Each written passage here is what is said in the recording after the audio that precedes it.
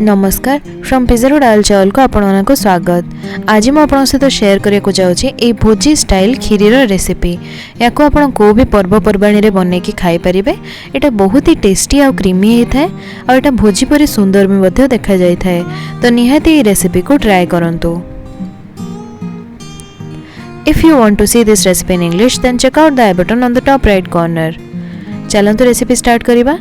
First मु आधा cup Kheri चाउल व बासमती अरुआ चाउल को भल भाव धोईकी 30 मिनिट जाए भिजेकी रखिछि। चलंतु एबे खीर को फुटे नबा। मु 1.5 लिटर खीर नेछि आ ताको फुटेया पय छाड़ देछि। खीर को एमते कंटीन्यूअस चलौथिबे। देखंतु एथिरे गोटे फुटा आसी गलानी।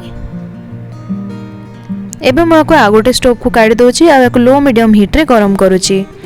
एबे गोटे बड़ कड़ई बा गोटे बड़ जगह को एमते गरम करबा आ सेथिरे गोटे टेबलस्पून घी दबा। एबे मु काजू किशमिश को भाजी नौची। फर्स्ट काजू को पके भाजी नौची, तापर किशमिश देके आ गोटे मिनिट जाए भाजी नौची। एबे हमर काजू किशमिश भाजी हे गलानी। एको गोटे प्लेट को काढी दबा। एबे सेही घी रे मु 2टा तेजपत्र दे दोची। तेजपत्र को किछि सेकंड जाए भाजी नबा। तापर एथिरे 3 टेबलस्पून चीनी दे दबा। चीनी को टिके टाइम कैरामेलाइज होबा को छाड़ दबा। चीनी टाइम ते ब्राउन हे गलानी माने एटा परफेक्टली कैरामेलाइज हे गलानी। याको बेसी कळा हबा को दबानी। एबे चावल रो पानी बाहर कर देकी ताको ए कैरामेल चीनी रे ऐड कर दबा। चावल को 2 ରୁ 3 मिनिट जाए भाजी नबा। याको ताठो अधिक भाजीबेनी नले एटा टाण होई जिवो आ सिजिबा को मध्ये बेसी टाइम लागिवो। एबे हमर फुटुतिबा खीर को इथरे पकेई दबा। याको एमते कंटीन्यूअस गोळेबा। चावल खीर रे सिजिबा पई पाखापाखि 20 ରୁ 25 मिनिट लागि थाए।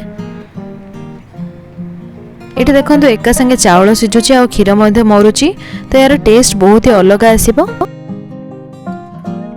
चावल ऑलमोस्ट सिझी गला परे आमे एथिरे आधा कप चीनी दे दबा आ आधा कप मिल्क मेड म एठी देची। आपण जदि मिल्क मेड दबा को चाहनांती तेबे चीनी रो क्वांटिटी को एडजस्ट करि परिबे। एबे को भलो भाबरे गोळै के आ 4 ରୁ 5 मिनिट कुक करिबा। एबे गोटे जगह रे आधा कप उषुम खीर नेची, सेथिरे 4 टेबलस्पून अमूल बा मिल्क पाउडर दोची। खीर को अमूल सहित भलो भाबरे गोळै दबा।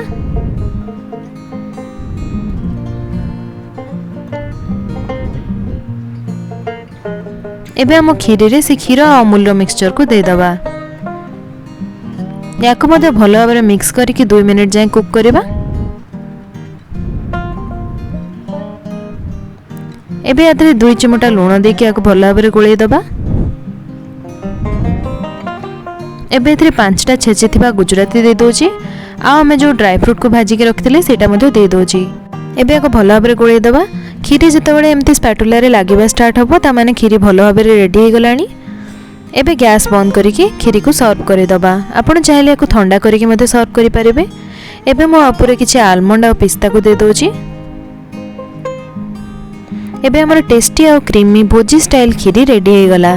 कैरामेल करथिबारु खीरीटा बहुत ही सुंदर देखा जाउछि और टेस्ट भी बहुत बढ़िया। तो निहाती रेसिपी को ट्राई करंतु आ मते जणांतु कि आपनकर केमिति हेतिला। जदि आपनको रेसिपीटी पसंद आसला देन ए वीडियो को लाइक और शेयर करंतु और मो चैनल को सब्सक्राइब करंतु। Thank you for watching. Good bye.